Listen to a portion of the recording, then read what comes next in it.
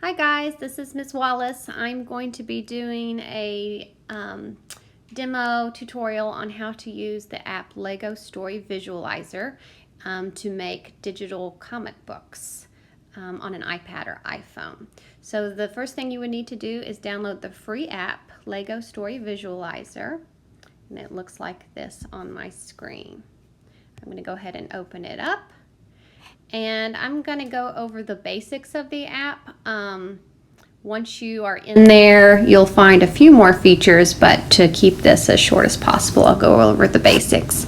You can see that I already have some projects I've been working on as examples. Just like Google, when we start something new, we'll hit the plus button. The first thing you'll want to do is name your project so you don't end up with a bunch of projects in here that all say new project. So I'm just going to name this Wallace Book 2 because I already have one named Wallace Book 1. And then I'm going to choose my layout. Do I want a portrait layout or a landscape layout for my comic book? And I'm going to choose portrait. It's a little confusing because of the X, but you choose which one you want and then hit the green button, check. All right, once you have selected the layout, you can choose which panels of the layout of panels that you want to start with for page 1. You are not committed to this for the whole book. Each page can have its own panel layout. So I'm going to choose this 6 grid layout. And once in, you're going to select one of the squares that you want to work with first, and it will bring it forward.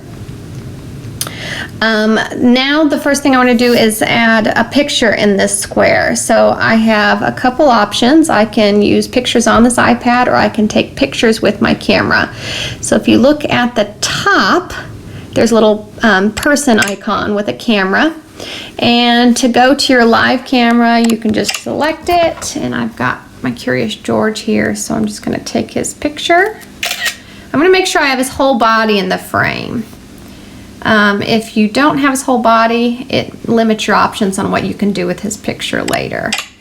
Okay, I'm also going to go through and choose from my files, which just takes me directly to my camera roll, some different pictures I have saved to this iPad. These could be pictures I took with my camera while out on a walk or months ago on vacation, but I'm going to pull all the ones that I think I want to use in now, but I can always go in and add more later.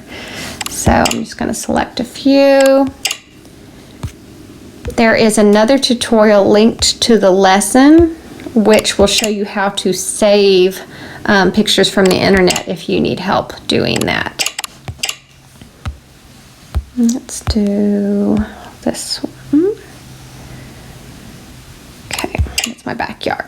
All right, so now I've got a few pictures in there to start with. I'm going to go ahead and click off of that menu by clicking anywhere, and I'm going to pull one in. So I can go back in, choose my background, my house, and I can pinch and pull to make that as big as I want. Now I'm going to go ahead and pull in Curious George. I'm going to go back to my photos, drop them in there, but you can see right away that doesn't really look very realistic. So what I need to do is get rid of the background. So over on the left hand side of the screen, you will see 5 icons. The first being the trash can. If you ever do something by mistake or change your mind, you just tap the trash can and it goes away. The second is what we're going to use. It's that magic eraser editing tool. So once I select that, and you'll see on the screen, I'm erasing the background. To change my eraser size, if you look to the bottom left, you'll see me scrolling the size of the eraser. I start with the largest one to make it easy and quick, and I go pretty fast. I'm not too patient with this, and I can go add details later. Okay, or get in there. So I'm going to make my eraser smaller now so I can go over some of these tight little areas, and it doesn't have to be perfect. I'm going to show you what you do if you make a mistake. like I'm going to erase part of George's head. Okay, so when that happens, you go over to the left, you choose your magic paintbrush, and you just paint it back on. So a lot of times if I am too quick to erase some of the areas, I just paint over it again.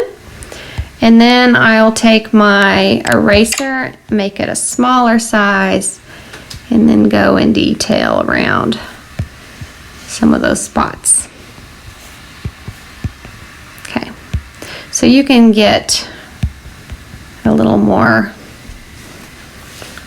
detailed with that if you want. I'm going to be okay with this version, so check mark and hit Pops Curious George into my background. That green border goes away once you click off. Now I can pinch and resize George and put him wherever I want. Okay, so now I might want a speech bubble or a text box. So I'm going to come up to the top right where there's a ABC speech bubble. I'm going to select and choose one that I want to use. I'm going to click off to get that menu out of the way. I can again pinch and resize. I can drag the speech pointer where I like, and to change the text you just click on it and you can type whatever you want using the backspace key. Okay, now sometimes in a box I might not want just a speech bubble. I might want to have narration to tell the story and move it along. So I just choose one of these that's not a speech bubble, and I can make these as big as I want. And again, you click on it to change your text. If I'm done with this picture, I'm going to hit the green arrow in the top left, and it's going to take me out, and I can choose another panel to work with. Now I like to break up pictures with just boxes containing text, again to help tell the story. So if that's the case, you can just go choose a text box without a border, make it as big as you want, or write as much as you want by filling up that box. And then there are even some built-in borders and things like that that you can go and add to your text box. Click on the green arrow to see it, and there you go. When you want to add pages, if you look at the bottom right, I can choose a page with a different panel layout. I can reorder these by clicking and dragging in the bottom left. If I realize my story when I'm finished, I've missed some details, I need to add more, I could just add another page. And then I can add my content and then drag it and place it where I want it to be. When you want to read your story like a book to see what other people will experience, you click the book in the top right and you just swipe to turn the pages, and it reads just left to right like a book. To go back into edit mode, just click the pencil. All right, a couple more things I want to show you. If you click on a panel again, you can choose these existing backgrounds. If you go to the top, that little blue background with the green mountain, and I'm going to choose this, let's do this one, and I'm going to click off and say okay. Again, I'm going to go grab one of my existing pictures. I'm going to do the Pikachu. My story is not making very much sense, but I'm sure you'll do a better job. I'm going to go in and quickly do the erasing so that all I have in front of my background is the Pikachu. All right, and there he goes. Spooky night. And now there are stickers you can also use. So if I go to the top right, I can choose existing stickers. If I make a mistake, like the clack, I can just tap the trash can over there in that left green bar and it goes away. These can be pinched and resized as well. Now the text in the stickers you cannot edit. They are just going to say what they say. There are a couple of times where you might get confused about why you can't see a picture. So for example, if I put in this Pikachu, okay, and then I put in a background. Let me choose this one.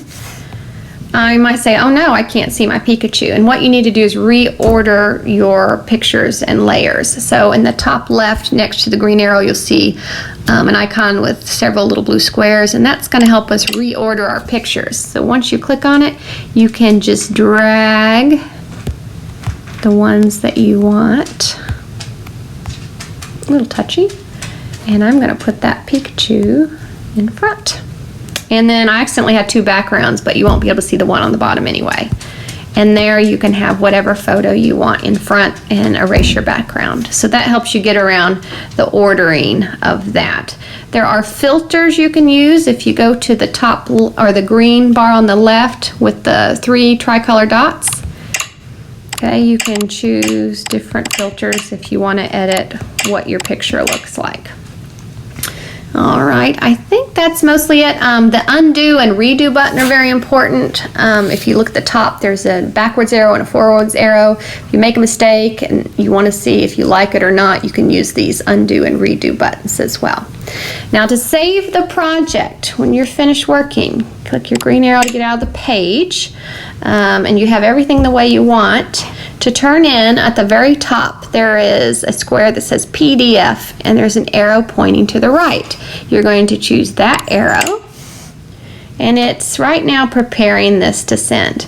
Then you're going to come over and choose Google Classroom on your device, and you should already be signed into Google Classroom, and once you do, it's going to let you choose your grade, and you can turn in it that way right into Google Classroom. So that's how you do it, and it will save right in here in your projects so that you can work on it again later. So I hope you all enjoy doing that, and I cannot wait to see the stories that you've created.